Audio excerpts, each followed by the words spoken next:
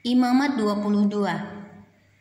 Kudusnya kebaktian korban. Tuhan berfirman kepada Musa, "Katakanlah kepada Harun dan anak-anaknya, supaya mereka berlaku hati-hati terhadap persembahan-persembahan kudus yang dikuduskan orang Israel bagiku, agar jangan mereka melanggar kekudusan namaku yang kudus. Akulah Tuhan. Katakanlah kepada mereka, setiap orang di antara kamu turun-temurun, yakni dari antara segala keturunanmu yang datang mendekat, kepada persembahan-persembahan kudus yang dikuduskan orang Israel bagi Tuhan, sedang ia dalam keadaan najis, maka orang itu akan dilenyapkan dari hadapanku. Akulah Tuhan. Seseorang dari keturunan Harun yang sakit kusta atau yang mengeluarkan lelehan, janganlah memakan persembahan-persembahan kudus sebelum ia menjadi tahir. Dan orang yang kena kepada sesuatu yang najis karena orang mati, atau orang yang tertumpah maninya, atau orang yang kena kepada seekor binatang yang merayap yang menajiskan dia, atau kepada salah seorang manusia yang menajiskan dia, dengan kenajisan apapun ia menjadi najis. Orang yang kena kepada yang demikian itu menjadi najis sampai matahari terbenam, dan janganlah ia makan dari persembahan-persembahan kudus sebelum ia membasuh tubuhnya dengan air. Sesudah matahari terbenam, barulah ia menjadi tahir, dan sesudah itu bolehlah ia makan dari persembahan-persembahan kudus itu, karena itulah yang menjadi makanannya. Janganlah ia makan bangkai atau sisa mangsa binatang buas, supaya jangan ia menjadi najis karenanya. Akulah Tuhan. Dan mereka harus tetap berpegang pada kewajibannya terhadap aku, supaya dalam hal itu jangan mereka mendatangkan dosa kepada dirinya dan mati oleh karenanya, karena mereka telah melanggar kekudusan kewajiban itu. Akulah Tuhan yang menguduskan mereka. Setiap orang awam janganlah memakan persembahan kudus. Demikian juga pendatang yang tinggal pada imam ataupun orang upahan. Tetapi apabila seseorang telah dibeli oleh imam dengan uangnya menjadi budak beliannya, maka orang itu boleh turut memakannya. Demikian juga mereka yang lahir di rumahnya. Apabila anak perempuan imam bersuamikan orang awam, janganlah ia makan persembahan khusus dari persembahan-persembahan kudus.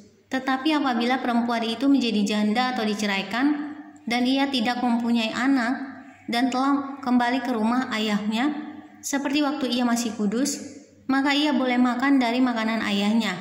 Tetapi setiap orang awam janganlah memakannya. Apabila seseorang dengan tidak sengaja memakan persembahan kudus, ia harus memberi gantinya kepada imam dengan menambah 1/5. Janganlah pada imam melanggar kekudusan persembahan-persembahan kudus orang Israel yang telah dikhususkan bagi Tuhan. Karena dengan demikian mereka mendatangkan kepada orang Israel kesalahan yang harus ditebus apabila mereka memakan persembahan-persembahan kudus mereka, sebab akulah Tuhan yang menguduskan mereka.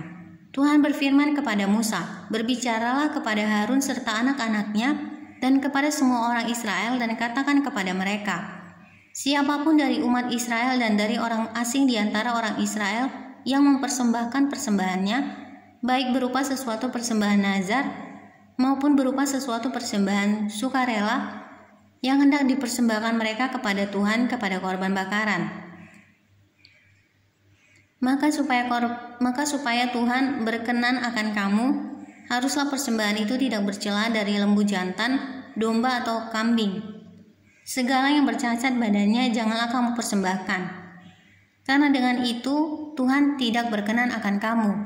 Juga apabila seseorang mempersembahkan kepada Tuhan korban keselamatan sebagai pembayar nazar khusus atau sebagai korban sukarela dari lembu atau kambing domba, maka korban itu haruslah yang tidak bercela, supaya Tuhan berkenan akan dia. Janganlah badannya bercacat sedikit pun, binatang yang buta atau yang patah tulang, yang luka atau yang berbisul, yang berkedal atau yang berkurap. Semuanya itu janganlah kamu persembahkan kepada Tuhan, dan binatang yang demikian janganlah kamu taruh sebagai korban api-apian bagi Tuhan ke atas mezbah. Tetapi seekor lembu atau domba yang terlalu panjang atau terlalu pendek anggotanya, bolehlah kau persembahkan sebagai korban sukarela, tetapi sebagai korban nazar Tuhan tidak akan berkenan akan binatang itu. Tetapi binatang yang buah pelirnya terjepit, ditumbuk, direnggut, atau dikerat, janganlah kamu persembahkan kepada Tuhan. Janganlah kamu berbuat demikian di negerimu. Juga dari tangan orang asing, janganlah kamu persembahkan sesuatu dari semuanya itu sebagai santapan Allahmu. Karena semuanya itu telah rusak dan bercacat badannya. Tuhan tidak akan berkenan akan kamu karena persembahan-persembahan itu. Tuhan berfirman kepada Musa, apabila seekor anak lembu atau anak domba atau anak kambing dilahirkan, maka haruslah itu tinggal 7 hari lamanya dengan induknya. Tetapi sejak hari ke-8 dan seterusnya Tuhan berkenan akan binatang itu, kalau dipersembahkan berupa korban api-apian baginya. Seekor lembu atau kambing atau domba janganlah kamu sembelih bersama dengan anaknya pada satu hari juga. Dan apabila kamu menyembelih korban syukur bagi Tuhan, kamu harus menyembelihnya sedemikian hingga Tuhan berkenan akan kamu. Pada hari itu juga korban itu harus dimakan. Janganlah kamu tinggalkan apa-apa daripadanya sampai pagi. Akulah Tuhan. Dengan demikian kamu harus berpegang pada perintahku dan melakukannya. Akulah Tuhan. Janganlah melanggar kekudusan namaku yang kudus, supaya aku dikuduskan di tengah-tengah orang Israel. Sebab akulah Tuhan yang menguduskan kamu, yang membawa kamu keluar dari tanah Mesir, supaya aku menjadi Allahmu. Akulah Tuhan.